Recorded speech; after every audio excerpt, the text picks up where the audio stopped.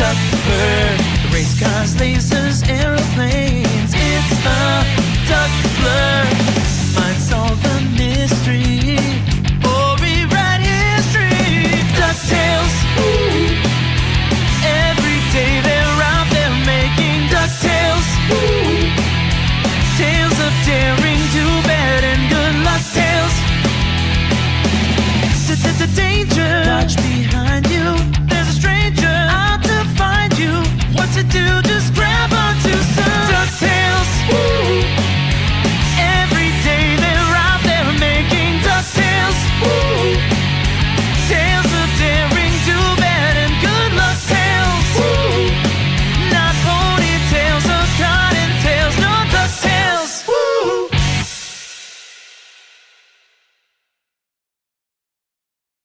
We are the ones who don't know what we're fighting for. Give us a gun and send us all off to war. We are the ones who grow up in violent homes. We are the ones who don't know what's right or wrong. I know.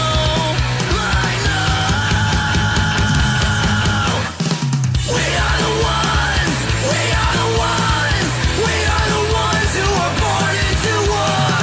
We are the ones. We are the ones. We are the ones who just don't give a fuck no more. No more. We are the ones who don't know why we're losing score. Give them a badge so they can send us to the morgue. We are the ones who are scared to walk out the door. We are the ones who don't know what we're dying for. I know.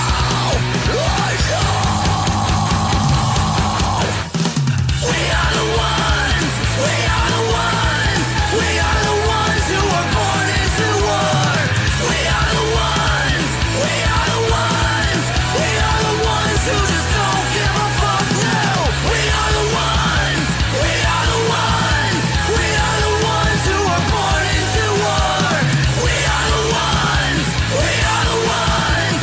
We are the ones who just don't give a fuck no more. No. Get off his fucking neck. Oh, that makes you know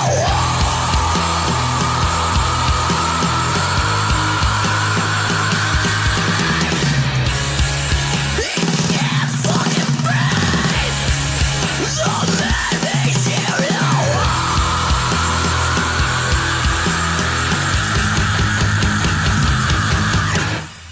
we are the ones. We are the ones. We are the ones who are born into war. We are the ones. We are the ones.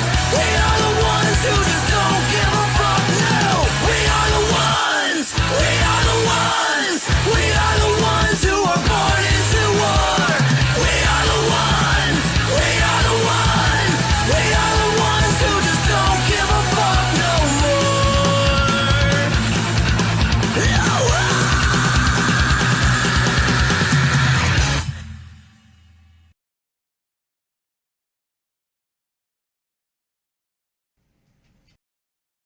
This podcast features adult subject matter, adult language, and things not meant for children to hear. Viewer discretion is advised. You've been warned.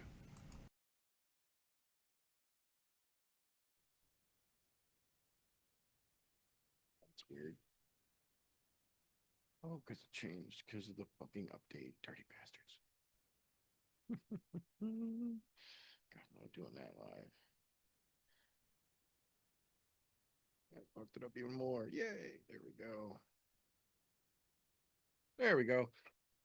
If it's Thursday, don't let that distract you from the fact that Henry's going to be running 3 Hondas with spoon engines. And he just went to Henry's and he ordered 3 T66 turbos with NOS and a Motec system exhaust. Welcome, ladies and gentlemen, boys and girls, children of appropriate ages, to the latest episode of the I'm No Joe podcast, the show where every armchair quarterback can feel like Eddie Bravo. Today, as like most days, I have got a glorious panel here with me to break down all the shit talking and shenanigans, the fight announcements and fuckeries that have trickled out the MMA pipeline since we saw you wonderful folks last. Before we get into all that, though, first and foremost, gentlemen, how you doing over there? Glad we have something decent to talk about rather than these couple of hangover cards we've gotten recently that have been pretty bad.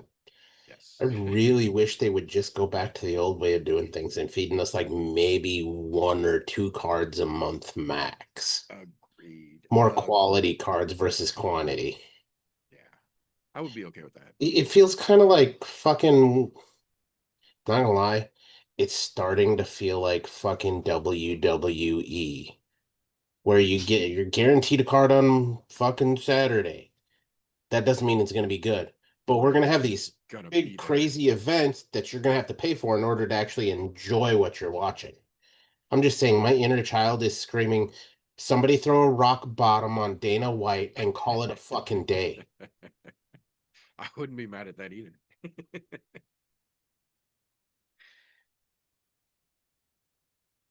I'm glad we got some fun fights to fucking talk about this weekend. Not all of them are what we wanted necessarily. They look like Golf T's getting at this kind of situational eight, but man, we got some fun ones on the fucking main card for sure. Fucking banger flyweight fucking card fights on the card and the main event. Looking forward to it. Hell yes, there is definitely some fun to be had this weekend, but we'll get into that in just a little bit here. First, we are going to start things off the way that we like to with a little bit of news and recent events, fight announcements, fight cancellations, fight confirmations, all those wonderfully relevant things that we think you fine folks should be aware of that have happened since we saw you wonderful folks last. Um, so, I mean, I would be remiss if we didn't start right off at the top with the biggest and, in my opinion, most relevant thing that happened almost immediately after we saw you wonderful folks last, and was broken at the UFC press conference in Baku last weekend. John Jones has officially retired and vacated the belt. Dana White himself has officially elevated Tom Aspinall, finally, to the full, undisputed heavyweight champion of the world. They are working on booking his first title defense officially as the undisputed champion immediately. It is so great to know that Tom Aspinall retired John Jones without ever having to fight him. He Let said me it months repeat ago. that for those of you in the back who don't fucking hear me.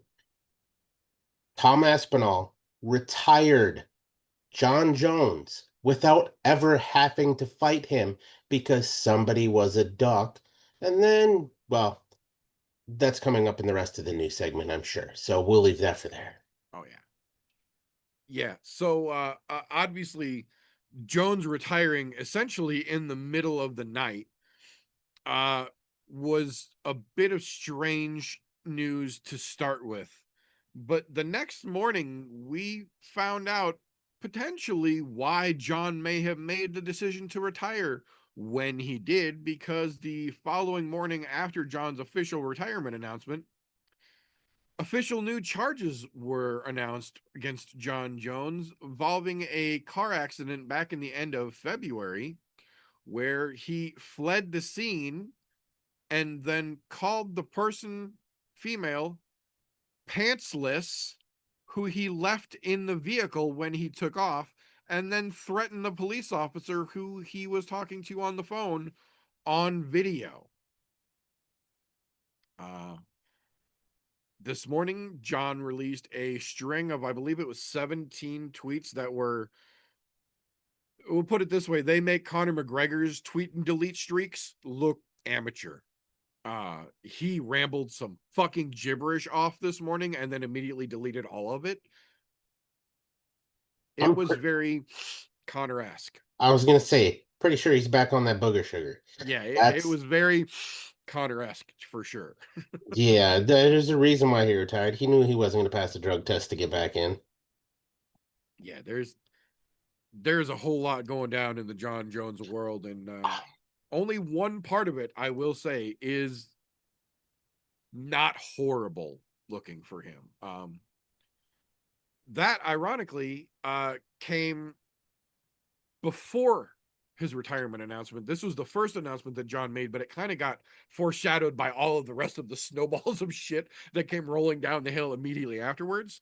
But John's already set himself up on his new career, obviously pending charges from the crash incident that they're dealing with. But John has officially accepted a full-time position as the chief performance officer for a company called Ketone IQ that makes energy ketone drinks to help clean athletes not have to drink traditional energy drinks. Seems like a really odd choice if you want a good business partner about being clean. I immediately had flashbacks to TJ Dillashaw getting popped for EPO and then starting a company called Clean Juice to help athletes. Yeah. Seems to be a bit of a pattern there, I think. I'm wondering if there's a little extra bump in those cans that they're going to be selling. Yeah, kind of makes you wonder, are these cans just now getting sold because the picogram limit on these ketones are changed now in the testing regimen, maybe? Hmm. Skeptic eyes are skeptical. I'm just saying, no, I wouldn't be surprised now that he is officially retired that we see some news come down the pipeline at some point where he ends up in fucking prison. Yeah, I have a feeling that this crash incident may be the first of several big charges about to drop on John that police may or may not in Albuquerque been politely waiting, giving him an opportunity to get his shit in order. And now that he is no longer big bad John Jones fighter in the UFC, he's a retired dude just like half the other population of Albuquerque. Some of those charges that they looked the other way on might not be getting looked the other way on anymore. So it's definitely going to be interesting to see the proceedings follow through with everything going on with John right now. That being said, we do have non-John Jones news in the fight world, luckily, to help us get through this week as well. We got a couple of announcements regarding this weekend's card that have trickled out over this week. The first one, we lost the Paulo Costa versus Roman Kopylov fight completely. They took the complete fight off the card, announced it officially. It is no longer on the card. No reason given, no estimate if it will be rebooked or what the fuck happened, but the whole fight got scrapped. Kind of strange. Then, for those of you who have been paying attention for the last couple of weeks, this should come as no surprise. Cedric Dumas was also removed from the card this weekend because he could not get the judge to remove his ankle monitor, which would allow him to travel to Las Vegas for the card because he's still on house arrest pending the laundry list of charges that we went over a couple of weeks ago that he got arrested for involving the same person. He's gotten almost every one of his other previous charges for. UFC ain't hiring the best and brightest no more, to say the very least. Luckily, when Cedric Dumas turns out was going to be a homebody for this week instead of being in Las Vegas to fight, they did manage to find another gentleman to make his debut. Christopher Ewart, I believe is how he pronounces his name, will be stepping in this weekend in Las Vegas to take on Jackson McVeigh, recent UFC signee directly from LFA. Another reason I tell you guys to watch those fucking shows. So luckily for McVeigh, he gets to stay on the card and he will fight another debuting fighter instead of a dipshit that, was going to be making way too much money for the position he shouldn't have been in to begin with. So fuck around and find out. That being said, making his fourth scheduled fight in 2025, with it still just being June, Kevin Holland will officially be stepping back into the cage next month, in just a few weeks to be UFC 318 down in New Orleans, July 19th. Kevin Holland will be stepping in to fight D-Rod, Daniel Rodriguez, in New Orleans. So that is a hell of a fucking fight. And Kevin Holland is not wasting time this year. That man is trying to get him booked and get him done. Good fight, but man, Kevin Holland's trying to burn that candle at both ends for damn sure. We got kind of a weird one here. It was a two-part announcement, but the August 23rd Shanghai UFC card got its official main event and co-main event announced this week. The co-main event will be Aljamain Sterling versus Brian Ortega. The main event will be Johnny Walker versus Zhang Ming Yang. So they are apparently sending Zhang on that Retire the Old Timers fucking tour, and Johnny Walker's next up on the fucking list to catch that fucking Grim Reaper scythe. So gonna be very interesting to see that giant motherfucker get in there in the main event in Shanghai. That's probably going to get them a pretty decent fucking turnout. So we'll see how they build the rest of that card around this. As of right now, not too bad of a direction they're going in my opinion. A couple weeks after that, September 6th, the UFC makes its return to Paris. We've been waiting. We officially now have the main event for UFC Paris as well. Nasruddin Imavov versus Chao Braulio. Interesting fight. I think Imavov can get some good fucking asses packed into that stadium. The matchup against Braulio is going to be a good fucking fight, I feel like. Same thing with the Shanghai card. If they build this Paris card decently around this fight, could be a pretty fucking good one.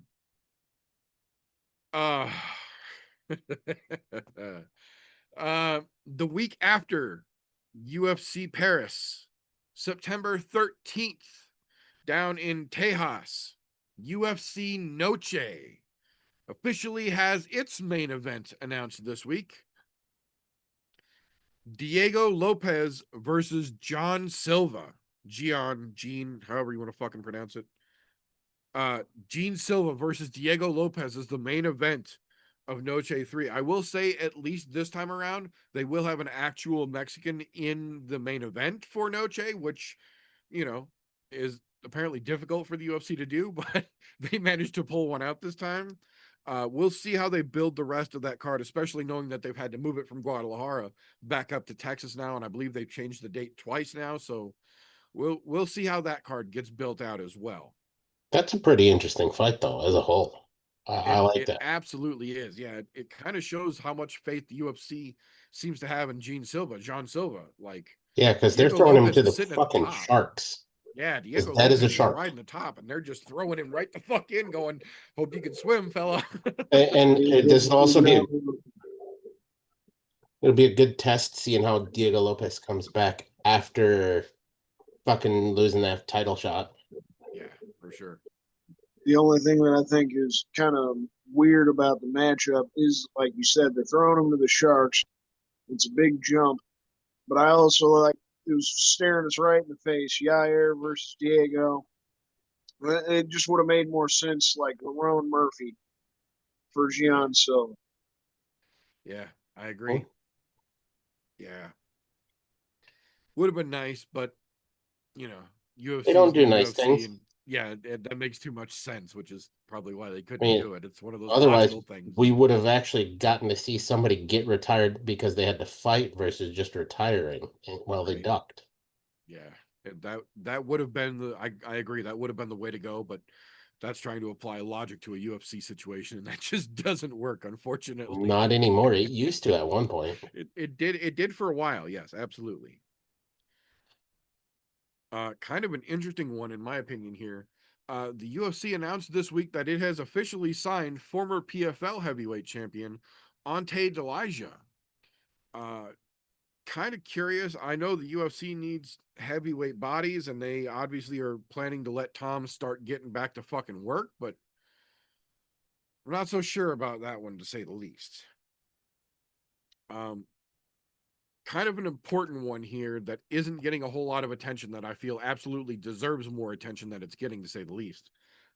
August 4th, there will be an ABC, the American Boxing and Combat Sports Commission, meeting, the guys who vote on the fucking rules, who establish the rule sets for combat sports, are having a meeting on August 4th where they are going to specifically vote on new clarification rules for scoring for 10-10 rounds, 10-9 rounds, 10-8 rounds, and the specific definition required for 10-7 rounds. I've talked about this ad nauseum, and I will fucking continue to until we get some actual form of logic here, because commissions can do things.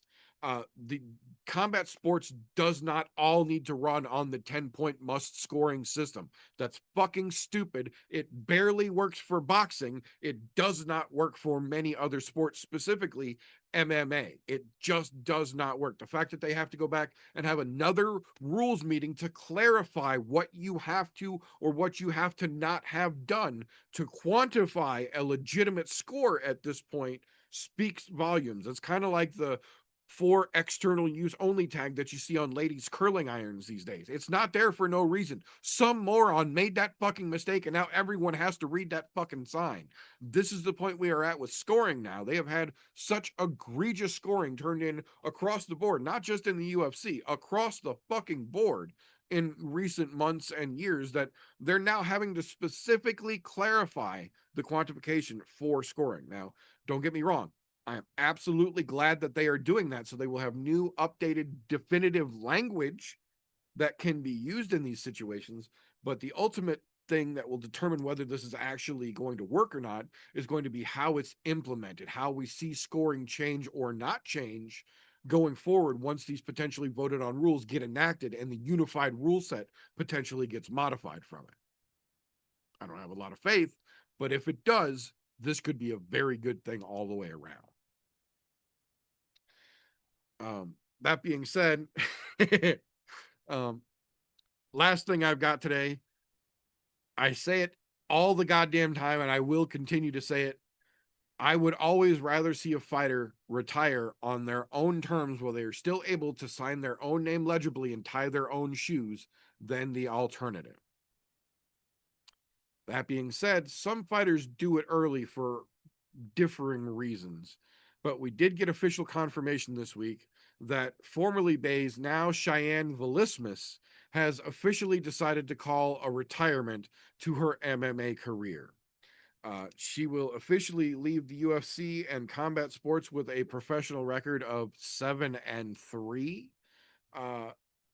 Maybe not the biggest name in the world, but she came in, she went to the UFC, she had a couple fights, and now she gets to ride off into the sunset, and she's still able to form complete sentences. So it might not have been the most glorious of runs, but I will always absolutely tip my cap to any fighter that decides to make that walk into the sunset of their own volition and not have that choice made for them. So good for her. We'll see what she does next.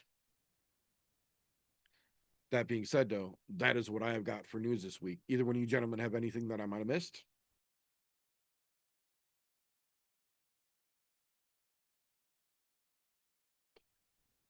Well, that being said, that is all we've got for news and recent events for this week.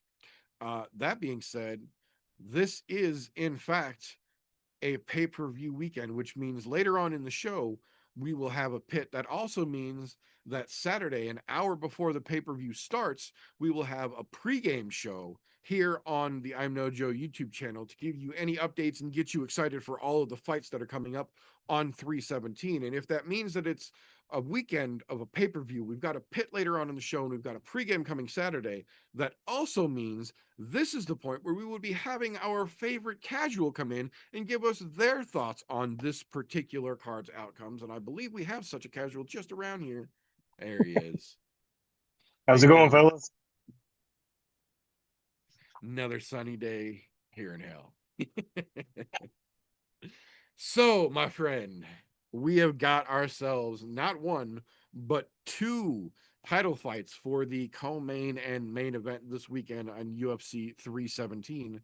Are you ready for your casual predictions, my friend? Yep. All right. In our co-main event, we have the reigning champion Alexandre Pantoja taking on the surging contender Kaya Kara France for the men's 125-pound belt. How do you think that one plays out? I want to believe in the up and comer, but it's probably going to end with Pantoja. I can definitely understand that one. And then for the main event, the Marquis de Raison de Saison, Ilya Topuria vacating his 145-pound belt, moving up to 155 pounds, taking on former champion Charles Oliveira for that lightweight strap. Who do you think takes that one home? So I got to think that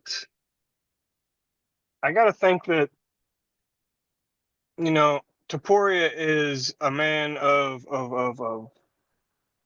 somewhat distinguished. He might like some drinks, and every now and again you might get a little too sloshed, So you get a more refined drink, maybe a martini. What comes with those martinis? Chucky Olives. An olive. There's gonna be plenty of fucking olives all over that fucking octagon. Dude, I can't wait. I'm calling it at least round 3 knockout. Chucky Olives. Nice. I can definitely see that as well. Well, thank you very much for your casual predictions, sir. I will see you again Saturday for the pregame show. I appreciate it. You guys have a good one. Have yourself a great night, sir. So, that being said, that'll bring us to the point where if you've been watching combat sports as long as some of us have been watching combat sports, you start to figure out what you like when it comes on, how to watch it, and you start to develop yourself a set of blinders. You start to lose that punchy-kicky forest for the trees, if you will. Luckily for us here on the show, we've got ourselves a young person out there ever so diligently, ever so delicately fingering the pulse of the MMA world to help keep us abreast of all the names that are going to be names before they are names in a little segment that we call Slows, Cans, and Contenders. Appreciate you, boys. No, I mean, to me, there's not a lot that I'd throw in the trash this weekend, but there's still some. For the most part, this is a fairly solid card. Once we get to the main card, it's pretty fucking fun. Damn sure got to throw that ladies fight in the trash. The Viviane Araujo and Tracy Cortez. I'm not high on Tracy Cortez. She is damn good looking, but she is not the greatest fighter in the world. Araujo is on the older side of things now. I think she's 38. She's been back and forth her whole career. I don't think that fight's going to be worth a damn. You can throw the heavyweights in there as well. Denise versus Hines there. Now, I'm excited to see if Hines could have some fun here and, have himself a good debut. We need excitement in the heavyweight division. I like his nickname, right? I heard about him a little bit on some podcasts this week. His nickname is fucking Goozy. It was funny. It was funny shit. We'll see how the dude can do. 5 fights in the LFA, 4 of them by finish, 3 of them this year alone. This will be his 4th fight already this year, similar to what we mentioned in the news there with Kevin Holland. So, I mean, this Alvin Hines guy, he excites me to a point, but we'll see how he can do in this debut. But I feel heavyweightiness in that fight. You got to throw Dariush in there. I feel like him losing his last couple of fights and then just being on the older side of things. Him and Moicano are technically the same age, but you would not believe it worth a damn when you look at the two of them. I mean, the grays 15 really set days, in motherfucker. Dariush. 15 days. Yeah, I loved that. I love that. That was fucking great shit. Moicano is fantastic. For me, Moicano's kind of the contender, because I think he's so fucking fun. He's great on the mic, and I do think he's got the chance to win, but he'd probably never get another shot at the title. So that's the best thing. Can he bounce back into having some fun, getting some fun fights, and having those fun moments on the mic? But Dariush probably on the end of the career. Maybe should hang him up after this one. I had thrown Paulo Costa in the trash, and I'm not taking it back because the motherfucker got himself pulled off this card, right? And apparently he's going to be on 318 now. We'll see if that shit shakes out. He's just like Manel Kape. He's one of those motherfuckers. He's pulled out of fights more than he's actually fought since he's come into the UFC. Nico Price, this is another one. The dude, valiant veteran, more so. He's always been a journeyman, right? He's the get or get got kind of fighter, not necessarily the full on can, but he's a can at this point just because the dude should have retired already. After that knockout that he took to Robbie, like he should have hung him up himself. The fact that he's still going, he's just going to continue to take more brain damage. I don't know why. I guess the UFC was doing him a favor. If you guys have been watching the embeddeds this week, they had him on embedded for a moment. They showed him and his family. It was cool to see his family. It was a cool moment they gave him, right? Yeah, 7 kids. That was fucked up. Dude been getting busy, but at the same time, I don't think he's been getting the paychecks that he'd be needing to get to really take care of that situation like some of those other fighters. The boy hasn't been fucking winning enough fights and, making enough money to be taking care of that shit. I guess that's why he's still fighting. That was the real fucking reason. kids. Nico Price can't pull out of a driveway. Fuck's sake. But he also sounded bad. Like it was hard for him to form a sentence. It sounded like on that embedded. Like the dude's already seemingly taken some real damage there, and I think he's going to take some serious damage again this week. He's going against a young prospect. They've got him at like a minus 2,200 something for a fucking reason. It's probably going to go bad for Nico Price. I mean, dude's got to hang him up. Other one that I'm going to put as a contender, the fight as a whole, Jack Hermanson and RoboCop. That could be so motherfucking fun. And Jack Hermanson at the same time can Jack Hermanson it, and it could also be a pretty boring affair. I love Jack, but that's how he's going to win, in all honesty, is like put his game on RoboCop, and then it's not going to be as fun. But if RoboCop can kind of control that fight and makes it like a really good scrap, that'll be fun. It's been a while since we've seen Jack. He's towards the end of his career too, so what's he got left in it? That's kind of where it's on the fence for me. It could be really fun, could not be. But the contenders you got to look forward to. To me, the best fights on the card are the ones at the end. The title fights, co-main event, main event. It's the shit that I'm most excited for.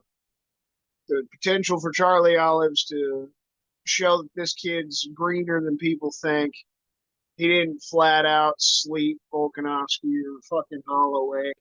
This kid is just a Conor McGregor wannabe, Conor McGregor copycat. I've been saying it ever since Corey has made the climb. They've done the same thing for him as well as they did for Sean O'Malley.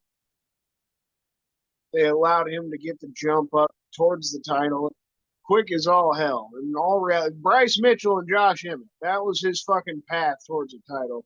Still think that's honestly fucking ridiculous. And he took Josh Emmett to a decision. They couldn't finish Josh Emmett, couldn't knock out Bryce Mitchell. And then he gets a lucky call from some fucking refs. Good on you. You dropped Volk, you dropped Max. In all honesty, they weren't the violent knockouts that it's been touted and promoted to be. This guy's not the second coming of Conor McGregor. Charles Oliveira is dangerous in all aspects. He's going to be dangerous on the ground. He's got true power in his fucking hands, too. And we saw Jai Herbert clip this fucking kid. That's another thing I haven't fucking forgot. Jai Herbert clipping this motherfucking kid. And just because he knocked out Jai Herbert at fucking lightweight doesn't mean a goddamn bit of nothing to me. It's a little bit of a different situation. Weight classes are what they are for a reason. We saw Raul Rosas Jr. is fucking bigger than this kid as well. I can't not stop shit talking on Topuria. So, really excited to see Charles Oliveira put it to him. Excited to see what happens. Pantoja always fucking throws down. Kai Kara France has some knockout power. Those fights are fun as hell. Another fun fight, Roy Val and Van. That kid as a whole, Josh Van, he's the true contender. He's the biggest contender for me on this card, along with Jacoby Smith. Real fucking excited for those two kids. Jacoby's got a ways to go there. Josh Van's been here for a minute. He's been stringing them together, and he just fought a few weeks ago. He's getting in there against the number one fucking ranked flyweight.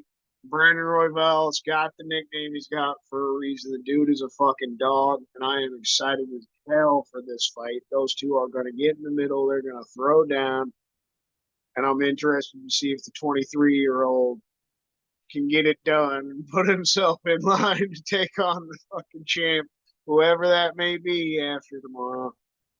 Terrence McKinney, dude, is get or get got, absolute definition of it. That fight in itself is probably going to be fun. Terrence is going to sleep Slava, or he's going to get slept. And I mean, Slava's never had that much finish ability, so I feel pretty high. We're going to see a fun moment from Terrence McKinney this weekend. You could throw Alvin Hines in there. I kind of want to. If the dude has a good debut, you automatically do kind of become a contender in heavyweight right now. Like I mentioned, he's undefeated. He's got some finishing ability. 4 finishes out of his 5 LFA fights, and the 3 of them this year all come by finish. This is his 4th fight this year, and getting your UFC debut. I love the nickname. I'm hoping for some excitement here with the heavyweight fight, but not high on the fight as a whole. Just hoping the dude named Goozy goes out there and fucking has some fun, man. Felipe Lima and Peyton Talbot, that's another fun-ass fight. Whoever wins that, true contender at this point. They're going to get close towards the rankings. Probably not get a ranked opponent next. Maybe Lima does. If Lima goes and starches Talbot, maybe they give him a ranked dude. But I'm excited to see how the fight goes. Can Talbot bounce back? This is a hell of an opponent to give him to try to bounce back. That's kind of rough, man. I mentioned him a little bit. Touch on him again. Jacoby Smith. The dude's got a lot of wrestling ability. He's like a true wrestler coming in, but he's really picked up mixed martial arts the right way. The kid's done nothing but get knockouts his whole career. He's got 8 knockouts in the 10 wins. He's undefeated, 29 years old, knocking out Preston Parsons in the debut. This is a good veteran to give him, but it's another easy one. They're giving this kid a layup. Are we going to get another situation like we got the other week with Mansour Abdul Malik, where the kid doesn't live up to the hype and the potential, especially with Vegas even fucking agreeing with my ass? Yeah, I think he's right now, or it maybe has come down a little bit, but I've been hearing it all week that he's been touted like minus 2,500 on most books, which is pretty much the record for like the highest favorite in a UFC fight. So, I mean, he's even passing up the Bo Nickel odds. The kid's got to come out, show up, see how it goes. I'm just glad we get some fun shit. Excited to hear what Golf T's got to say. I know he's going to shit on a good bit of this, but I know he's actually excited for some of it, so I'm excited to see what he says here. Well, if you don't stop stepping on my goddamn toes talking about odds, we won't have to fight later. And know that you're younger, so you might have a little more stamina. Just know I don't fight fucking fair. I will kick you in the Hey, fucking I'm nuts. not trying to take any shine away from you. I just got to help use that stat and fucking hype this kid up, because it's literally, kid's breaking records apparently. And I like the fact that Vegas agrees with me on a contender. Well, I like this kid coming off the contender series last year, and I've been talking about him since then. Whatever you got to say to buff up your image. Hey, I'm giving you respect, jackass. That I'm didn't just talking sound about very the record. respectful. I'm just saying. Emotional damage. Take the one stat, like I said. Fucking young kids nowadays don't know how to respect their elders or talk right. Fucking hell.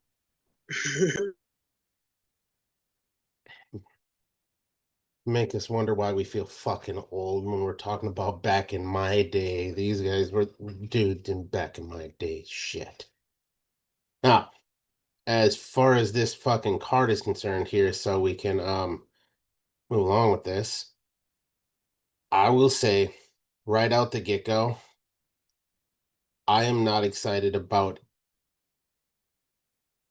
anything except for there's a slight inkling of seeing what Jacoby Smith does to Nico Price on the early prelims. The rest of the early prelims can go jump in front of a moving car. Because to be honest, they're boring as shit to me with those. But that's why they're early prelims going to be on UFC Fight Pass and nowhere else. We don't have to watch them otherwise. Um, Terrence McKinney, I love him, but he is a can tender to me. He either shows up or he gets got. There's no fucking in between with him. He looked like he had a lot of potential. Still like the guy as a human being. Fucking genuinely nice human being. He's not quite as likable as some other people, but he's up there. And you got Borshev across from him. That dude is just come beat my ass. I'm gonna keep going until you put the lights out, which makes him fun to watch. So that fight as a whole, I'll say contender just because we don't know how it's gonna play out. I'm not saying it's gonna mean anything for either one of them, but it's probably more meaningful right now for fucking T-Rex because he's had some pretty bad fucking losses lately, and those whole getting knocked out things, it does make you wonder when he's getting fucking KO'd in the first round. But we'll see for him. Hopefully he gets his shit back together and gets back on that train again. The ladies fight as a whole, not great, to be honest. I think they over pushed Tracy Cortez when they gave her the shot at Namajunas. I don't think she was fucking ready yet. Granted, she was on a pretty good tear, but it wasn't good enough to throw her up against a two-time fucking title holder. And I mean, Rose obviously proved that reason why in her last outing. Because she beat the ever living shit out of her. Fuck. In fact, if I'm not mistaken, she just got out of the hospital as well for a surgery because of that fight. Um, so that fight as a whole, not all that interesting. You've got an aging Viviane Araujo who, to be honest, has, in my opinion, never been top 10 material, even though she somehow seems to be floating in there. But that's just my thoughts. So that fight as a whole, I'm not gonna call it complete trash, but it's definitely not contender worthy. What I am excited for on the prelims, though, is RoboCop. I fucking love RoboCop. Buff Obama, whatever you gotta call him, gonna be fighting Jack Hermanson across the way. I hope he beats the ever living shit out of Jack Hermanson. I do not like Jack Hermanson. I have not liked him from the first time I fucking saw him in the octagon. I don't have anything against the guy. I just don't fucking like him. There's no other reason to it other than just not been a fan. So hopefully Buff Obama comes in there, gets the job done, and takes one back to Brazil with him. Um, my biggest hand tender of the week, though, goes to Peyton Talbot. A dude who looked like he was on the fucking rise and then got shut down in his last outing. And I mean, he got shut down bad. He did not look good at all. But I mean, Barcelos he's been a fucking demon killer lately. Anybody who's supposed to beat him, he's been beating the brakes off of. So hopefully we see Talbot make a nice fucking turnaround here, get his shit back together because he got worked bad by Barcelos when they fought. There was not one round of that where I thought Peyton won that fight. But Peyton, up until that point, had been dispatching people left and right. We'll see if he can get back on his winning ways this week against Felipe Lima. Felipe Lima, Jesus, fucking can't talk. Felipe across the board on his own, though. He's been doing some pretty solid work in his first two outings. And it does make for an interesting fight on two bantamweights that are have some really good potential, is what I'll say. So I say tender fight as a whole, just because there is some implications for those guys moving forward and where their careers go. But Peyton is definitely my biggest contender because I have no fucking clue what is going to happen with him after that loss. Did it fuck with him mentally or not? I mean, he didn't get knocked out, but he got drugged through the mud for 15 fucking minutes and didn't look good for him. So hopefully he took it as a learning experience and made the correct adjustments. I'll say it right fucking now. Trash this fight as a whole. I like Benil Dariush. I like that Hanato Moicano is trying to be Conor McGregor-esque, but like I said, just trying to be, not actually being. But Benil is aging. He's never going to see a title shot again. I'm almost 100% positive of that. He would have to do something ridiculous to Hanato Moicano. Like some crazy ass submission that you only see once in a generation, fucking crazy, in order to get shot up enough to get a fucking title shot. Hanato's just there to make money. And I'm not mad at him for that. There's a reason why he calls him Money Moicano. The dude's it, but that fight as a whole, not that it's not interesting, it's just not helpful to either one of them. Trash it.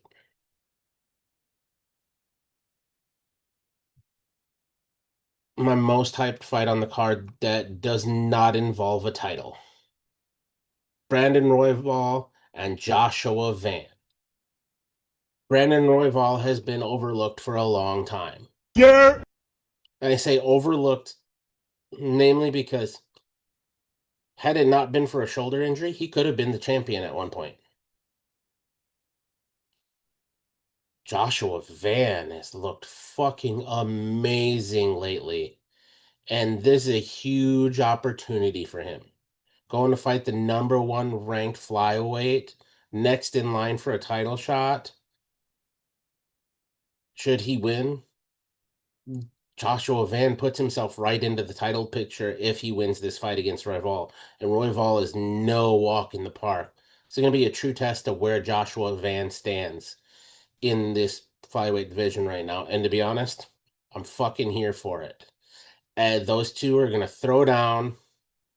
I think what it's going to come down to is whose body work is better. And to be honest, I hate to say it, I think Joshua Van gets the nod in the body weight now in the body work category. But Royval at this point is a very crafty veteran who is still in the prime of his career. Joshua Van is still in the infancy of his career, I will say. That dude has plenty of fight left in him at such a young age. So kudos to Joshua Van taking the fight on short notice, and this one has fireworks written all over it. That's going to be nonstop from start to finish on this one. Joshua Van likes to keep moving forward. Brandon Royval doesn't stop. It's going to be one hell of a fucking fight. Contender fight all the way. I don't know what to say about the flyweight title fight there other than goddamn, that's going to be a good one because Kai Kara France has been on a tear and seems to have gotten his shit back together.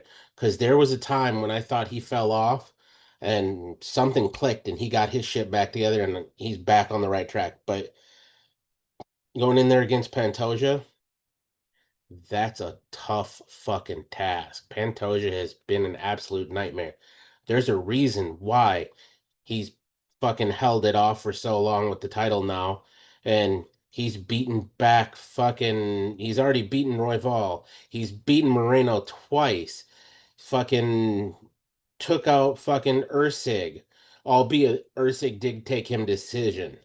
Then they gave him Asakura last out as we're gonna let the other champ fight the champ, and Asakura was not fucking ready for the UFC. At least not ready for that portion of the UFC. So Pantoja's been absolutely decimating everyone who comes in. Still a very interesting fight as a whole. I don't know where else to go with that. And of course, Taporia and Charlie Olives. I mean, I'm glad that that lightweight fucking is vacant as soon as that fight starts. That title becomes vacant the second that fight starts. Also, Makachev can move up. To be honest, I'm not sure who gets this done because Topuria is fucking going up a weight class. Charlie Allen has been at lightweight for a while, so the cut's not that bad on him. He knows how to make that cut. Topuria is not going to have to cut as much, but he's also going to be giving up some height and a little bit of reach, which we don't see often out of Topuria. He's been the bigger of the fighters when he was down a weight class. So, I mean, that's got fireworks written all over it. As far as the card as a whole, as Christian said earlier, there's really not too many that you can downplay on or say that are shit. There's only a handful of fights on this card that are shit. There's a couple of them that I skipped over because I didn't think they were worth mentioning, at least not in the cans and contender sense. But your co-main, the people's co-main event, all fucking bangers of fights. Like, this chef's kiss, well done on putting this card together, even though the people's co-main event is kind of a last minute replacement. But I'll say, as a last minute replacement, much better than the original fight.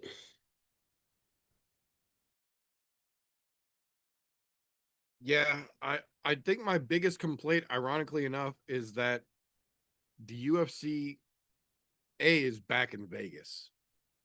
Luckily, they're not at the Apex, so there is that. But for being based out of Las Vegas, having a significant chunk of the roster living in Las Vegas, there really aren't a whole lot of Vegas locals fighting on this card. So it's a little weird.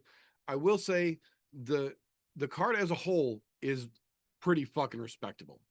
Um the early prelims leave a little bit to be desired, but not overall. We've got a lot of people making their debut. We have a lot of things that are setting up future implications in their division. Maybe not as much immediate implications in their divisions, but everything on this card for the most part should be fairly entertaining. We might not get fireworks and fucking fight of the night contenders in every fight, but there aren't really a whole lot of fights on this card that are really like, oh my God, why the fuck are we watching this kind of fights? Ladies card, or excuse me, the ladies fight on this card realistically is probably the weakest fight on the whole damn card. And there's only one ladies fight on this card. So it's a little odd, but you know, it's gonna be what it's gonna be when we get to Saturday and see how it plays out. Um, the only one that I'm really not terribly excited about, honestly, is United Denise versus Alvin Hines. I mean, I get that Hines is making his debut and we could get some movement in the heavyweight division again, but United Denise has not been the most exciting guy in the world. And generally, in a heavyweight fight, for that to be exciting, you need two exciting guys. It doesn't always work out the best when one guy is exciting and one guy isn't. So we'll see. Hines definitely is carrying the bull's weight of this match for sure, but we'll see how that one plays out. I will say, T-Rex versus Slava Claus is one of the most perplexing matches on this whole fucking card to me. Like both of these guys said already, we love fucking T-Rex around here. That dude is absolutely get or get got though. The issue here is that Slava Claus has never really had get you power. He's durable as a fucking $2 steak, but it doesn't have a whole lot of finishing power behind him. And T-Rex can weather the storm. If you can't put him out, he can weather the fucking storm. So this has just as much potential to be a crazy fucking fight as it does to be one of the slower matchups on the card. And I'm not sure how I feel about that. I'm obviously going to be rooting for T-Rex, but I don't know. This fight it's just hard to read for me. This is one of the few that I can't really get a good gauge on this one. I will say the fucking entirety of the main card for the first time in a hot minute, I feel is absolutely fucking pay-per-view worthy. There's not a fight on the main card that doesn't deserve to be on the pay-per-view portion. Even if we got one subbed out and moved in there that wasn't originally there, everything as of right now that's on that main card, chef's kiss. perfectly where it fucking needs to be. Maybe the order could have been switched around, but everything that's there deserves to be there. So I think it's going to be a pretty decent card overall. Maybe not the greatest card of the year, but definitely one of the better pay-per-views we've seen and one of the better cards, period, we've seen from the UFC this year.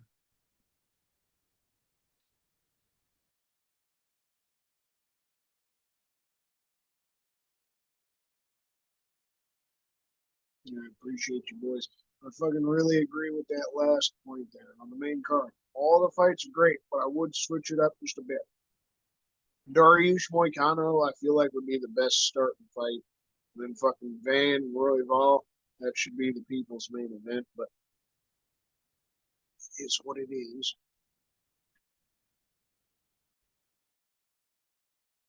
Thank you very much, sir. Always appreciated.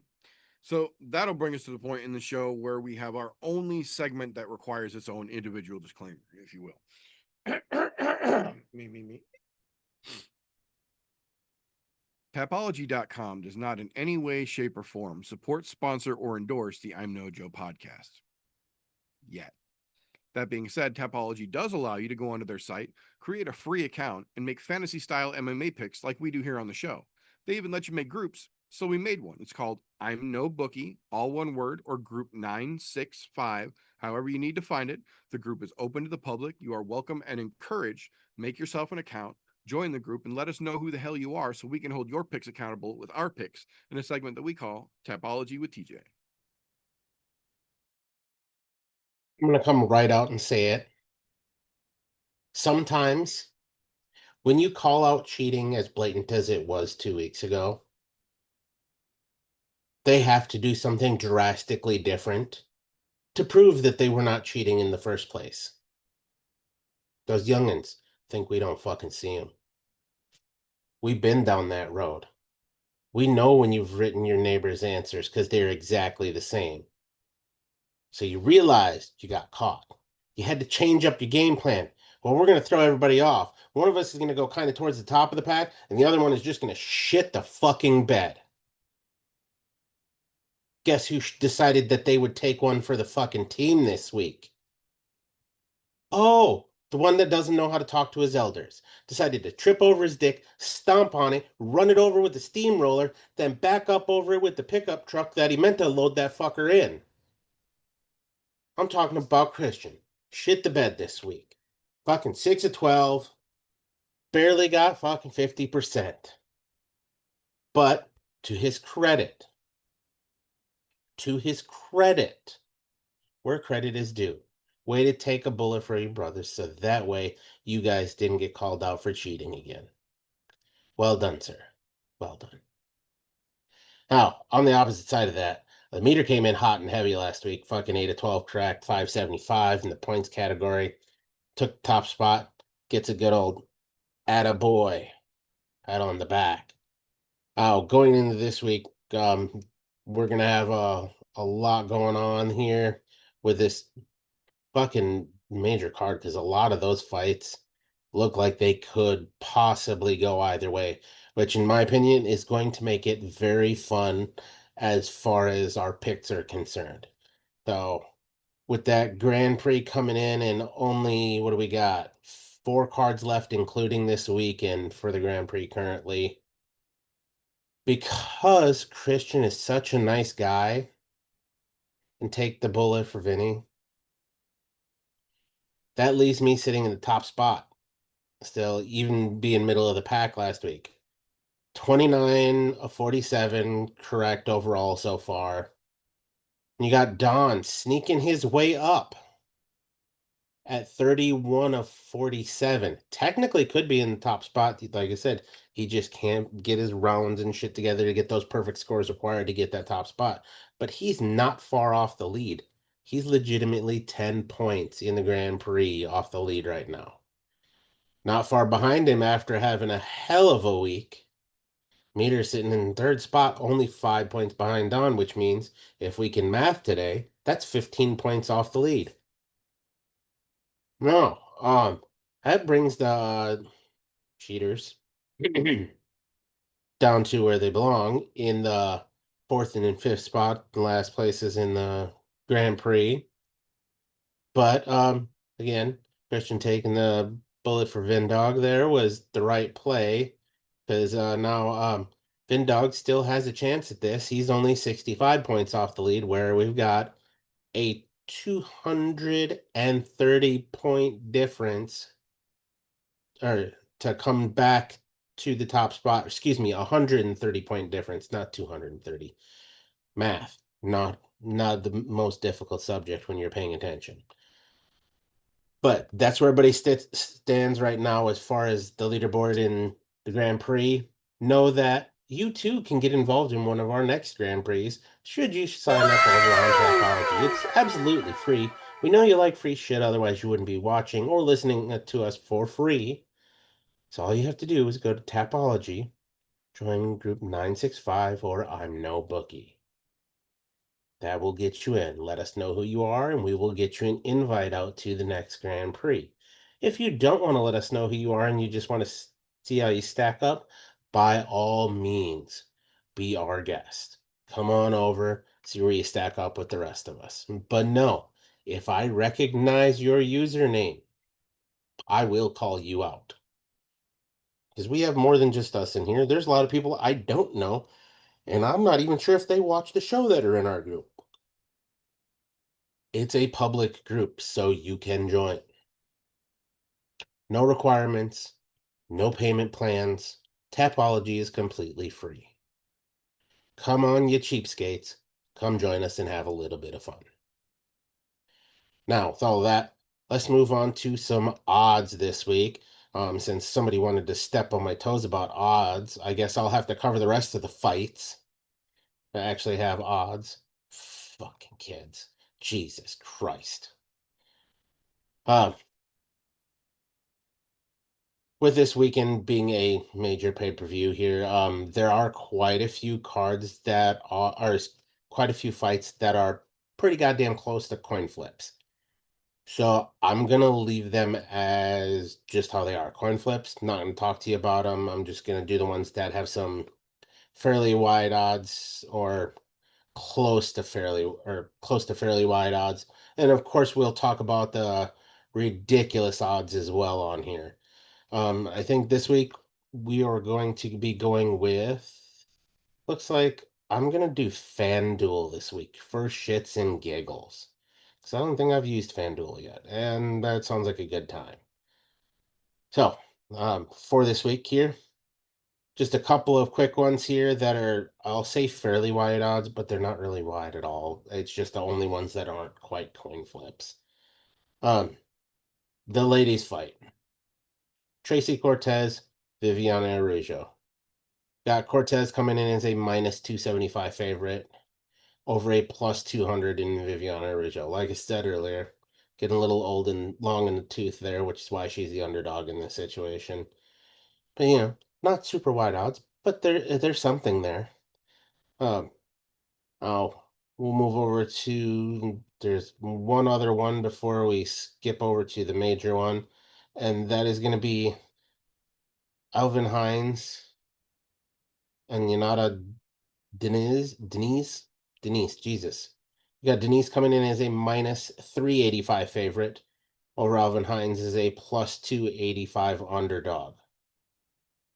Not bad. Those are the only two fairly wide odds. The rest of the fights on the card are fucking coin flips, legitimate coin flips.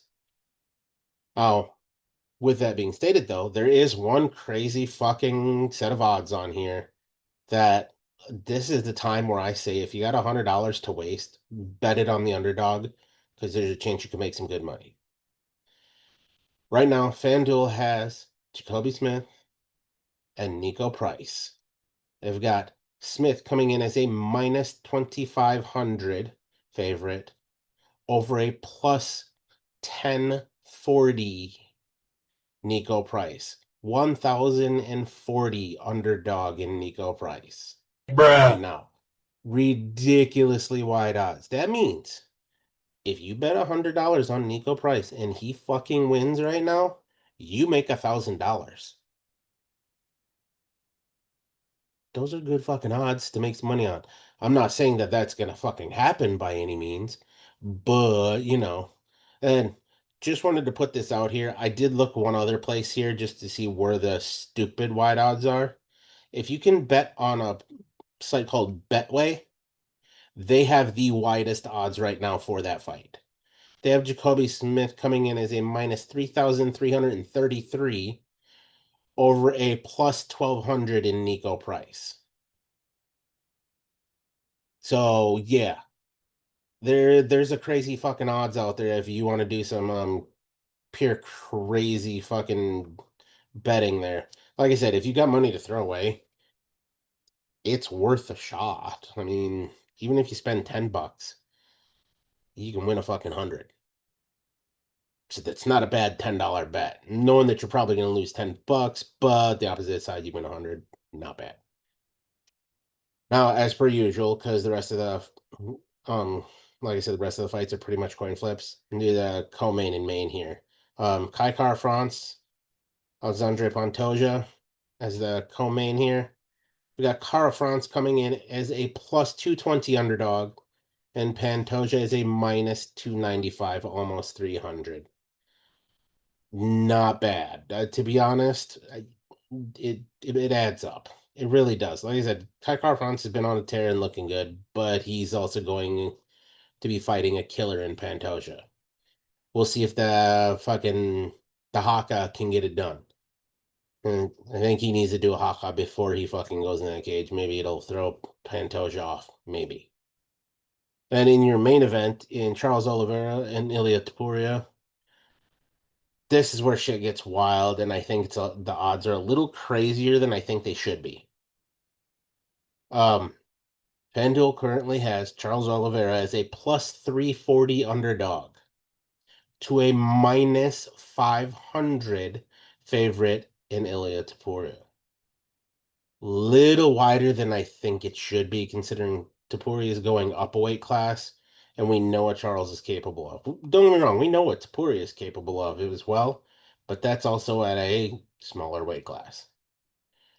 So know that there are a couple fights on this card that you can make some bets on, and to be honest, if you're gonna bet a crazy amount of money on an underdog, I'd say Charles Oliver is the fucking crazy amount of money on an underdog to do that to. I mean, there's been a lot of times where you think he's out of it and then he's choking the fuck out of somebody. So just saying, crazier things have happened. But those are the odds we got this week. So keep an eye out. It's going to be real interesting, especially with, like I said, the card is loaded with good fights. There's only a few that are ones that I wouldn't mind if I fucking missed. So check them out. This weekend will be some great fights to talk about and to bet on. Yeah, I actually got into it with somebody on Instagram earlier today, talking about the odds for the main event. The person was in the comments popping off about how Ilya, knocks out everyone or drops everyone that he fights, and that Charles isn't going to be any different. So there's no reason to bet on Charles. It's like, well, you obviously haven't watched any of Charles' fights, because Charles might get dropped in every fight he's been in since he's been on his fucking greatness run that he's been on. And people forget Ilya is far from the, first power puncher, headhunter that Chucky Olives has had to step in the cage from. So people forget this is definitely, I agree. There's some strange odds on this card. If you got some play money laying around, this might be a good one to throw a little bit around on it. But we will see. That being said, though, this is the point in the show where if you're just listening, you'll have a hard time telling, but those who are watching the video version of this will know by the terrifying gif that is rolled across the screen that this is the point when the ha-ha cease and the starts. This is when the fun goes out the window and we turn things a little bit more head-to-head, a little bit more of a competition. This, ladies and gentlemen, is the pit. So this is the point where we turn the show into a little bit of a competition here. And seeing as how I went against Christian last time, I almost feel it inevitably destined to go against Golfty this time. So, Christian, are you ready to do some judge work for us here, sir? Yeah, I'm ready. Yes, Golfty, I've seen everything that's been there. are you ready to go, sir? All right. You The know. floor is yours, Christian. Well, since Golf Tee's the challenger here, you want to go first, or you want to flip this over to me? You know, I think I'm going to let him take the lead on this one. Let's see what he decides to do. All right, so I'll start it off the same way I like to start my fucking segment. You start with the shit first. Get that out of the way. So what's the fucking fight on this card more than any other? You gotta warn people to stay the fuck away from. Don't waste their time. Use this as the break in between. Take care of the things you gotta take care of.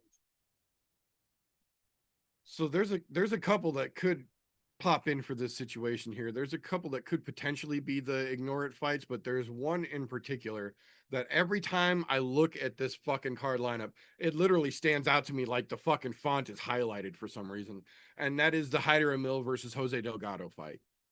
I get that Hyder Emil is still undefeated, but that dude might be the single most boring undefeated fighter I have ever seen in my entirety of watching combat sports. That dude is the definition of decaf coffee in a human being. Like, I get that he's undefeated, but who fucking cares if you're the most boring son of a bitch to ever have an O behind your fucking name? I got nothing against Delgado, but he also has done absolutely nothing to make me give a shit in the slightest degree about his career to this point. So there is nothing combined between the two of them that even strikes the slightest bit of my fancy for this particular card.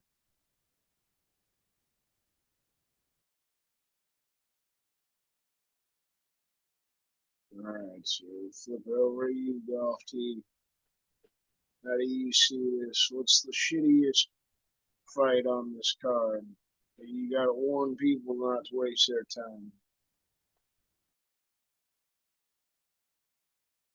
time. I won't say it's the shittiest fight on the card, but I will say it's useless as a whole for both fighters. I said it earlier, I'll say it again. Beneil Dariush and Renato Moicano. Like I said, I'm a fan of Beneil Dariush, but I know he's never going to see a title shot again. He's at the tail end of his career. Moicano's trying to be Conor McGregor, but is not. And to be honest, a win for either one of them doesn't mean shit in this case. It's neither one of them are going to end up seeing a title shot. It's one we can just skip over, let Beneil ride off into the sunset, let the rest of that gray hair grow in. He doesn't have to put any more brush in just for men and call it a fucking career. Man had a great career and is much appreciated by the MMA community as a whole. Renato, he's going to try to keep making money and running his mouth. He does more things outside of the cage than he does in the cage, in my opinion. So as a whole, that fight, even though it's on the main card, skip it.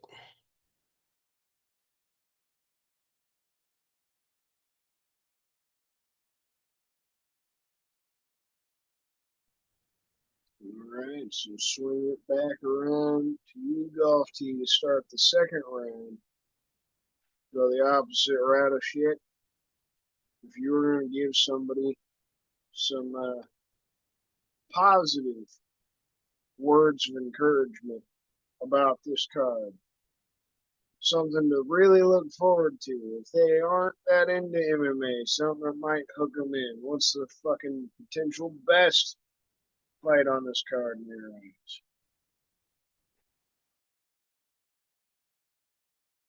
There's some low-hanging fruit here, and I'm going to skip it because there's a lot of low-hanging fruit on this card when it comes to that question.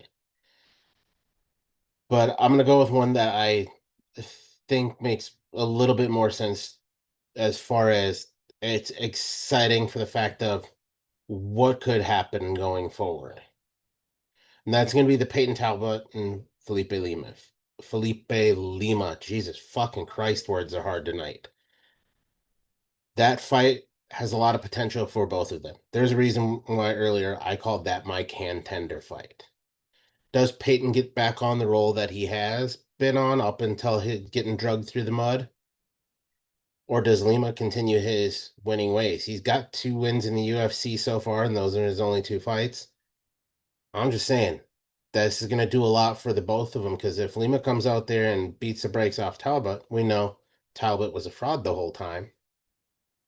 Talbot comes out and does what he was doing, we realize he just had a rough night in the office. Either way, this is a huge stepping stone for both of them, and a couple of bantamweights that are willing to throw and go to war. So it's going to be a fun one to watch. Definitely worth people tuning in. And to be honest, what a better way to open the fucking main card with a couple of guys that have a lot to gain off of this fight.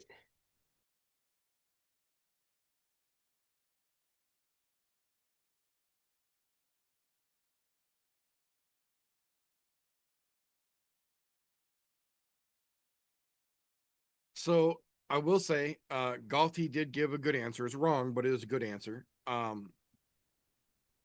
Young guys proving their prospecthood is always a chance to be exciting, but maybe not the best thing to show somebody who's just, you're trying to get him excited and show him what MMA is about. He was almost there though. He was just a little bit too late, because just a little bit before that, we've got Jack Hermanson versus Gregory Rodriguez, the Joker versus Buff Obama.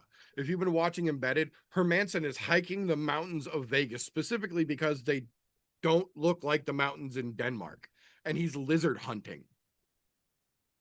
Hermanson is a motherfucker. Hermanson is one of the better, well-rounded fighters the UFC has to offer. And then across from him, you have RoboCop, who we have literally, no exaggeration, seen have his skull exposed in a fight and keep fucking going. This is the definition of 2 tough motherfuckers who have great, appreciable skill in all aspects of mixed martial arts. And there is genuinely, in my opinion, no clear, oh, this is how that's going to go in this fight. There are clear paths to victory for one fighter or the other in almost every fight on this card, in my opinion, except for this one, because we've got 2 dudes who are both wily vets who have great skill sets, who are tougher than fucking cheap work boots, and are ready to get in there and prove that they are both still fucking relevant in a division that's starting to get exciting again. So the prospects are going to be fun later on in the card, but if you want to show somebody something that could get really fucking crazy from a technical point of view, from an interesting fighter point of view, it's the Joker versus RoboCop for me all day long.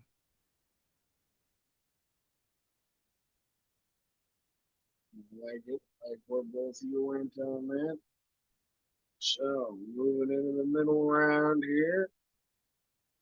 We'll fucking go right back to you, Meter. Co-main event. Kai Kara France versus Alexander Pantoja. Pants got his pants. Do the pants help Pants get it done? Or does the Maori warrior get his revenge from 9 years ago? This one, I'm kind of torn on this one. There are 2 meters inside me, and both of them are wrong. But in this situation, one of them thinks that Pantoja is trying to cement his legacy as legitimate, because he was overlooked for so fucking long, despite, like you said, having wins over guys like Kai Kara France, who are coming for the belt right now. He already beat that motherfucker back in the day. He beat the shit out of Moreno, not once, but twice. And Moreno was the dude for a hot fucking minute, for good reason. I don't like Pants at fucking all, and I will not pretend that I do. But I say it all the goddamn time. Credit where credit is due, regardless of how you feel about someone. Pantoja is running himself up a respectable fucking resume at this point. And I love Kai Kara France. I dig the Haka. I dig the little man syndrome, cranked up to 12 with the knob broken off and thrown across the room. Everything. I love that the entirety of CKB is behind him, and they were giving him every ounce of energy they had, like a Dragon Ball Z episode in Embedded. It was fucking awesome. But I don't know if he has got to the level that Pantoja is seeming to just be comfortable sitting at right now. Ursig, to his credit, gave him a hell of a fucking run, but in the moment, fight IQ lapsed, and it cost him his fucking shot. I love KKF. I fucking do. The whole I fucking dig it. But we've seen him make mistakes in fights similar to what Usyk did. And at this level, against this version of Pantoja, you just can't fucking do that. I think Kai Kara France is going to make it a hell of a goddamn fight. But I don't think we're going to see round 4. I think Pants is finishing him in the 3rd. Interesting. Interesting indeed. So, how are you looking at it, Golf T? You taking the opposite side of this? You somehow leaning a different way than Meter here? Or you gotta agree with him even though you don't really want to?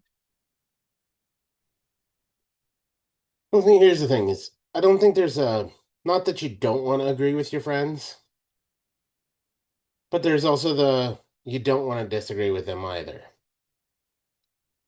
In this case, look, Kai has been on an absolute tear, but you have Pantoja, who's been a world fucking breaker in the flyweight division. He's tearing through the best of the best. They're just setting up pins and letting him knock them down. He's trying to fulfill all of the rubies. Look, if he wants to try to keep up with the likes of Valentina Shevchenko and how many rubies he can get, he's in the right division to do it right now. Him making any changes or anything like that is not fucking worth it. And to be honest, if I was him, please keep sending them my way. I will keep knocking them down. We've seen Kai make some really good fucking changes. And yes, he does have fucking knockout power. Let's just throw a little MMA math out here, okay? Here's the crazy part. He knocks out Steve Usyk in the first round, right? Prior to that, Kai lost his previous 2 fucking fights. Albazi beat him by fucking split decision. He got knocked out by Brandon Moreno. And prior to that, his last previous win besides fucking Usyk was in 2022 against Askar Askarov. He hasn't had time to shore up the holes in his game to make him anywhere near competitive enough to fight fucking Pantoja. Pantoja is legitimately going in and just working everybody. Yeah, he ends up being a large decision machine or a submission machine. I don't think we see him knock out Kai Kara France. I see him getting submitted before round 3. I'm talking a round 2 submission, probably a rear naked choke, because Kai's going to overextend on a punch, trying to knock him out, get taken down, then get fucking the back taken and game the fuck over. And if it does become a war of attrition, which I doubt, Pantoja is much more well-rounded, and his fight IQ is a ton higher. Who hasn't Pantoja beat that has been in the top fucking 10 recently? With the exception of Asakura being brought over to specifically fight Pantoja. When they brought him over, he turned down his own belt to come try to take the UFC belt. He said, nope, you guys can have it. I'm going to go try to get this other one. And he was probably on the whole plane ride home thinking, fuck, this is a long ride to Japan with no goddamn belt. I should have kept the one I had. Why? Because Pantoja's just that good. He's beaten the likes of Usyk. He's beaten Royval. He's beaten fucking Moreno multiple times. Every one that they have put in front of him, he's decimated. In fact, the guy who's ranked number 1, he's beaten twice. There's no stopping Pantoja right now. There's not anybody in the fucking flyweight division that I see holds a candle to him. Pantoja gets it done in 2, no problem.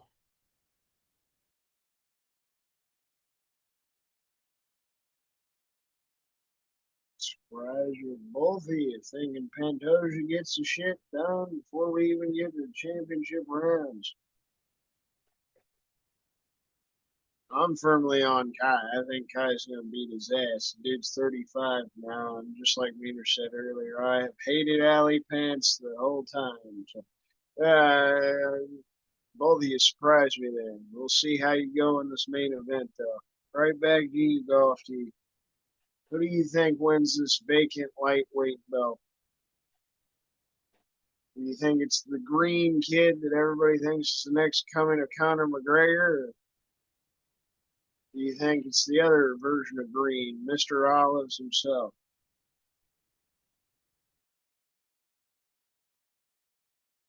All right. This is really a fucking tough call to make on this one for only one reason. We haven't seen Topuria at this weight class in the UFC. We haven't seen Topuria at this weight class fight anyone of worthiness in the UFC. Yeah, he fucking ran through the likes of fucking Holloway, Volkanovski twice. He beat fucking a surging Emmett who looked like he had a legitimate chance at one point with those power punches.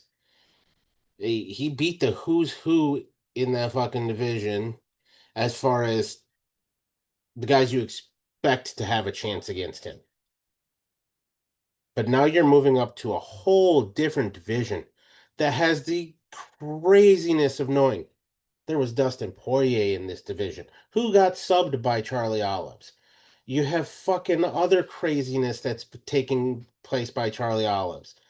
The dude is fucking he's beating the likes of Dariush, former title challenger. Who else is on this fucking list? Gaethje he's beaten. I'm trying to think of all the other ones. Charlie Olives has legitimately fought the who's who of the lightweight division.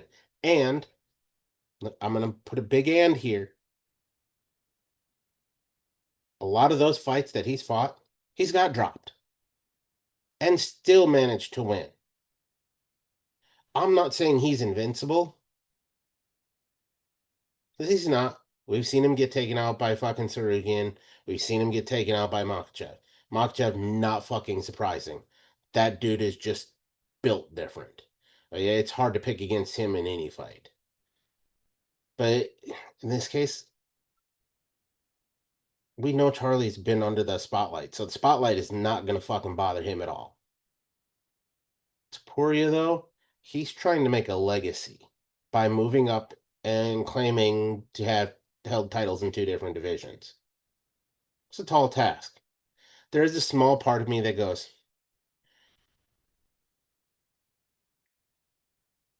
Charlie may be on his way out the door, but he's still got a lot of fight left in that lion.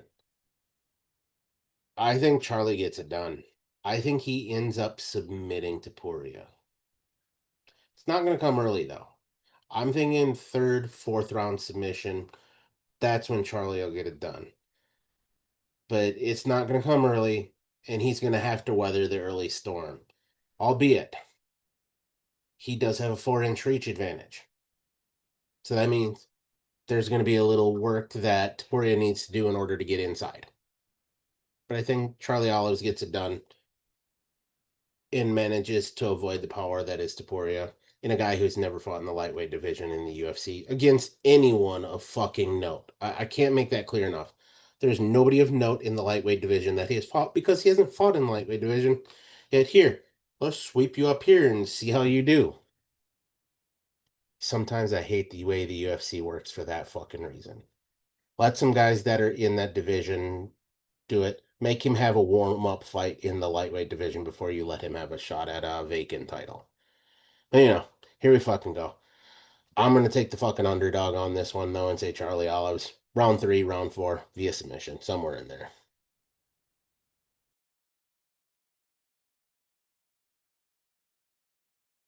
So how about you, Meter? How do you think the main event's shaking out tomorrow? Not tomorrow, Saturday. Fuck. So I can't help but feel that we might need to get the commission involved, because it seems like we have another issue of cheating here, because this seems to be the playbook that I intended to use here that had been stolen from me in the last round, because I think that Charles Oliveira is absolutely going to get this done, but I think he's going to get it done in round 2. I think Golf T was absolutely right when he said it earlier. Topuria wants to be the next McGregor, and unfortunately for him, he's about to get his McGregor moment. He's going to come out trying to swing like a fucking power puncher. He's going to get a let's talk now, as he gets ragdolled and choked out in the second fucking round, because Ilya, down to the fucking tattoos, is trying to copy that Conor McGregor playbook. And even Conor showed he was lucky to get it where and how he did. You can't just copy the playbook and get the same result. It just doesn't work like that. But if you set the scenario up to play out the same, the scenarios can absolutely play the same that they did if you don't learn from history. And this is absolutely one of those situations. If you listen to Ilya at the press conference saying that he's going to knock Charles out in the first round, that he doesn't have to worry about wrestling or jiu-jitsu, because this is going to be a round 1 knockout. That sounds real fucking familiar, but it would have been an Irish accent saying it to a Russian guy instead of a Spanish guy saying it to a Brazilian. But I think this is one of those situations where history is absolutely going to repeat itself. Ilya's going to come out, foot to the fucking gas, trying to take Charles's head off of him. Charles is going to get hit. He's going to get dropped like he does in every goddamn fight he has that's worth a shit. Charles is going to scramble. He's going to get out. He's going to make Ilya miss. He's going to make Ilya chase him. And then when round 2 comes, he's going to grab that back. He's going to take him to the fucking ground. He's going to wrap him up like a fucking snake. It's going to be, let's talk now. Let's talk now. Too late. Yoink. Charlie Olives, RNC round 2.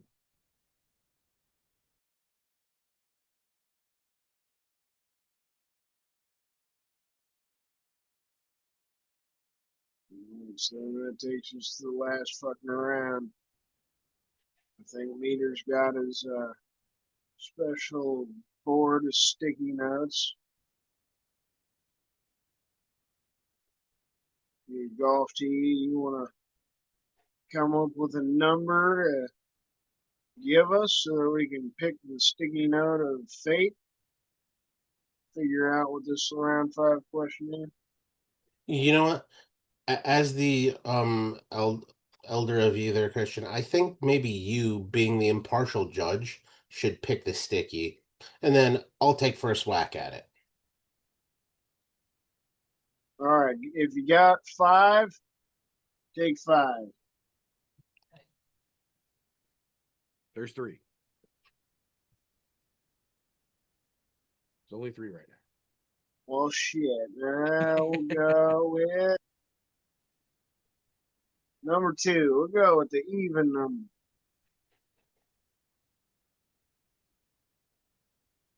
All right. We've actually talked about this one in pre-show a couple times, but it's definitely a good one. And of course, the fucking green screen's going to fuck it up. Who's going to be the first company to sink? One or PFL? That's a good one. That is a good one. The first company to sink in my mind, no doubt right now, is One. Chatri likes to give out way too many fucking bonuses.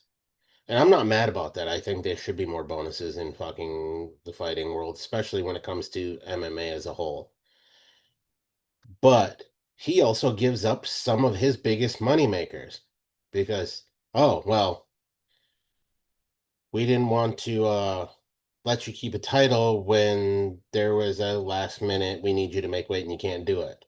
Thus the reason why somebody comes over to the UFC and introduces Jiu-Jitsu 1 to the world.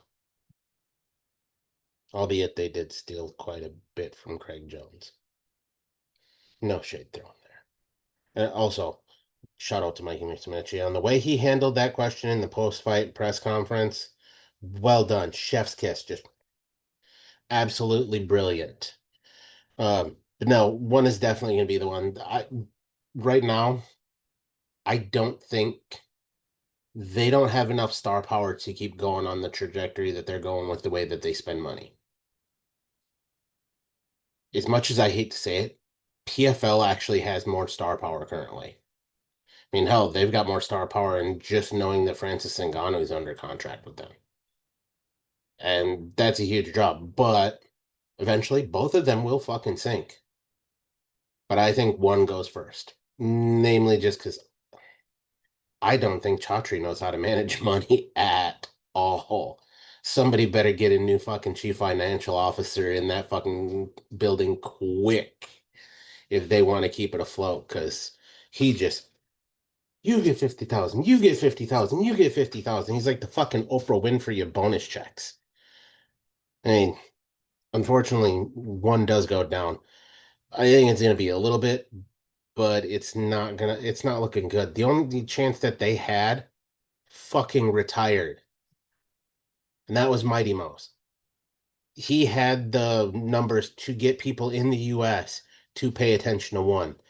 And I hate to tell you, the US market for MMA is one of the biggest markets in the fucking world as far as bringing in money. Yeah, there's other big markets out there, but people in the USA are way more willing to spend money on that shit than a lot of other countries. No, yeah, one's got to go there. As much as I hate to say it, it's going to be the one that folds first. Because I like their format.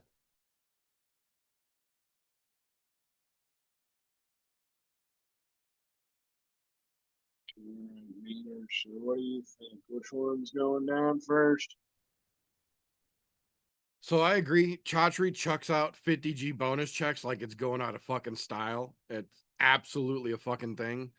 The difference is when you look at the two organizations, one, almost every weekend, like I even mentioned in this week's Combat Sports menu, which is up on the YouTube channel in shorts, pretty much every weekend, there is a event in the Lupinmi Boxing Stadium in Thailand that is sold to the fucking rafters every fucking weekend. And Chaudhry might give away a lot of money, but he also has the majority of the entire continent of Asia willing to travel to Thailand to watch these fights almost every weekend. It might not be the most financially smart idea, but it is, at least for now, a little more stable. Especially when you look over at PFL just this afternoon or this evening in the news segment. One of PFL's few heavyweight names just left the PFL to come to UFC. Dakota Ditcheva and Thad Jean cannot carry that company. Francis Ngannou being on contract but not in the cage cannot carry that company. They can't even produce the $1 million prize they made themselves known for. Now it's only a $500,000 prize. The whole tournament system has fallen apart and has been revamped and still isn't working very well. Not to mention the fact one might do multiple different things. They do kickboxing, they do grappling, they do MMA, they do Muay Thai, but they do it all on one card in one place. Generally in Lupinmi Boxing Stadium, we've got PFL, we have PFL Europe, we have PFL Africa, we have PFL MENA, we have PFL Asia, and I bet the average hardcore MMA fan could not name me 5 fighters from the PFL Europe roster. I bet they couldn't name me 2 fighters from the PFL MENA roster. I bet they would have a hard time naming more than Dakota Ditcheva and Thad Jean on the regular PFL roster.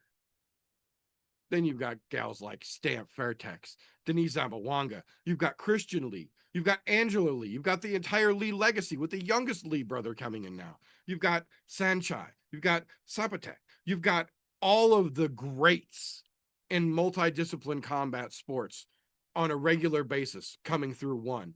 They might not get to America all the time, but every time they come to America, they put on a good show. Half the time PFL fights are on in America to begin with, and people don't even know about them while they're happening. One might not be the most exciting for the American market, but it's a hell of a lot more palatable and a lot more appreciable than PFL is. I don't think PFL is going to see the end of next year. I think one's going to be around for a little while. I don't know if they're going to be able to keep head to head with the UFC, but I don't think PFL sees the end of next year.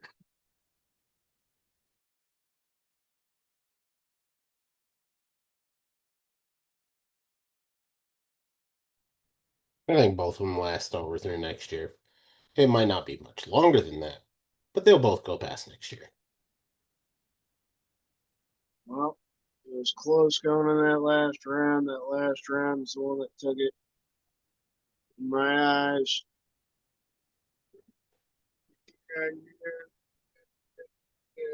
There's a meter over there on this side, 48. To golf tees, 47. Meter took the first 2 rounds. Golf tee took the second 2. Gave that last one a meter. Mainly because I think PFL, every last fucking thing they're doing is just fucking stupid. Like what our good old president, Uncle Donnie, said this week. Yeah, they don't know what the fuck they're doing, man. They really don't. Even with their good fucking fighters, like if they don't continue to try to get fights out there with Usman Nurmagomedov or get him re-signed to a different contract, they're gonna lose him real quick, fast, in a hurry. The best thing they have with him is getting him to fight Paul Hughes again. They're trying to fucking set up Archie Colgan's ass. It's just everything they do is just really fucking stupid. Seemingly, they've already lost a handful of their big names. Probably just going to continue to lose more. I would think in the next year or two, if they're still even around, Dakota Ditcham is going to be out of there. Yeah. You'd think Yeah, Johnny Shane gonna stick Eblin's going to around. be out of there. Usman's going to be out of there. Paul Hughes would probably be out of there. Every one of them is going to be the UFC within the next year or two. Yeah. And once that happens, it's literally a nail in the coffin. Like Meter said, at least Chaudhry and One has the Pacific region, and they have more than just MMA. They've really branched away from MMA, honestly. That's all they've really been doing. Muay Thai, kickboxing, grappling, and it's making them money. They know how to put on a show. So that's the other thing. It's different. One puts on a decent show. They have good pacing. It's entertaining. You watch PFL, it is worse than going to the local regional fight cards. I've tried the past couple weeks with these semifinal cards. It is so bad, I want to smash my head through a fucking wall. This is why I don't watch shit other than the UFC, because it's fucking trash. Not just the fighters trash, the fights are trash, the commentary is trash, the pacing of it's trash. PFL commentators are fucking terrible. I'll say it. Yeah. It was great seeing Kevin Lee get knocked the fuck out last week. Fun. But in all honesty, everything else about every piece of that PFL card was god fucking awful. And I don't think it's going to be any better tomorrow. I like Fabian Edwards, but it's going to be the same exact piece of garbage that they put out every goddamn week. It's worse than the UFC putting on Apex cards. Yeah, it really is. It's just, yeah, you can't say enough bad about PFL. I had to agree with Meter there because I think PFL, they've already done killed themselves. Yeah, for damn sure. No, well played, sir. Well played. Good match. Much appreciated. That being said, though, that's going to bring us to the point where that is all we have got for this particular episode. If you are new and you are still here, first and foremost, thank you for tuning in. We appreciate your time. We do this pretty much every Thursday night when there are fights to talk about that weekend. We try and go live around 9 p.m.-ish Central Standard Time here on youtube.com/@I'mNoJoe. If you don't catch us live, the replays do stay up for you here, but if you don't want to catch us live, I also understand that because we too own mirrors. For that exact reason, the week after we go live, we put the podcast up in all audio format over at anchor.fm/I'mNoJoe. You can get it there free, just like you can here on YouTube, to your podcast consumption platform of choice. Google, Apple, Spotify, you name it, it's all there to be had. If you like what we get up to around here, best way to help us do that, A, make sure you got your notifications turned on and you're subscribed, no matter where you're picking this up. But B, Patreon.com/I'm No Joe. For as little as $1 a month, as much as you are comfortable giving, you help us do what we do around here. And in exchange for that, we get our eternal gratefulness to start with. But more than that, we put your name at the end of every broadcast on this channel to make sure everyone knows how awesome you are in helping us do that. In exchange for your generosity, we not only put your name on the end, but we give you exclusive access to the behind the scenes, unaired, and unairable content. All the good stuff that got us kicked off OnlyFans. Yeah, the patrons get to see that stuff where no one else does. So thank you for that. The other side of that coin, if you don't like what we get up to around here, first and foremost, what the fuck are you still doing this deep into a podcast you didn't enjoy? Give it a thumbs down and then go fuck yourself. We won't even dispute it. That being said, when we wrap things up around here, that is not the end of the fun, because tomorrow and pretty much every Friday, this gentleman, wait, no, he's over there. You know, he's over there. Okay. This gentleman and his other half drop their podcast, the Slow Bake and Contemplate podcast, over there on Spreaker.com. You can catch the link to their podcast or their social medias and even their very own channel on the I'm No Joe Discord, all down in the description below. Go click on it and tell them how awesome they're doing. Appreciate you, brother. The fun never fucking stops. If you missed it last night, it's the best day of the week, hump day. You gotta fucking go back around and watch it back from last night, and make sure every Wednesday night around 9 o'clock you hop on the Golf T Vape's YouTube channel.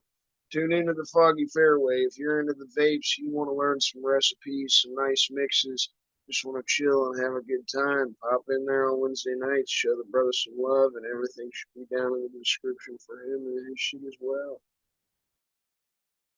Sure is nice to get something respectful out of the young guy this evening, and I appreciate that. Now, know that we're not going to be here next week. So, you're going to have some downtime.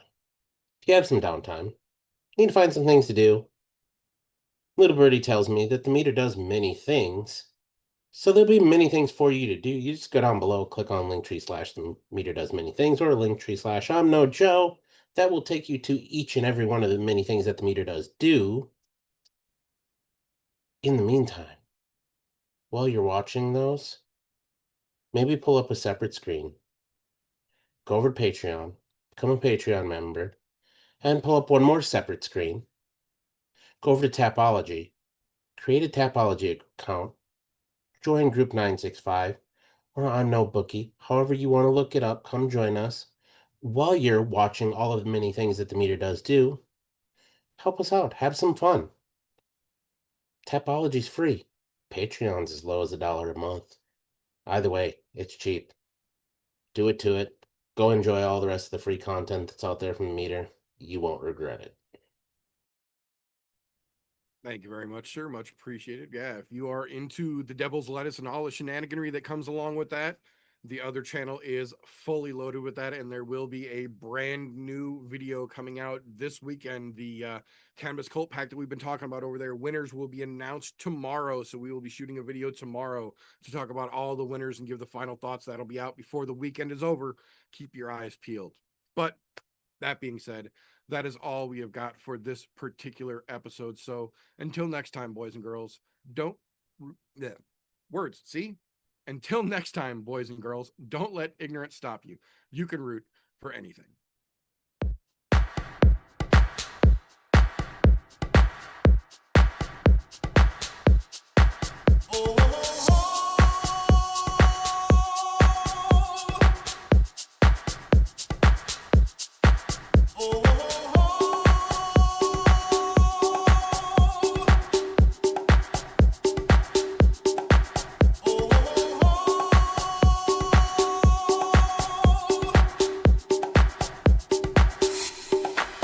Everybody was kung fu fighting.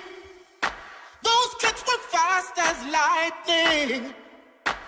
In fact, it was a little bit frightening. How do I say goodbye to what we had? The good times.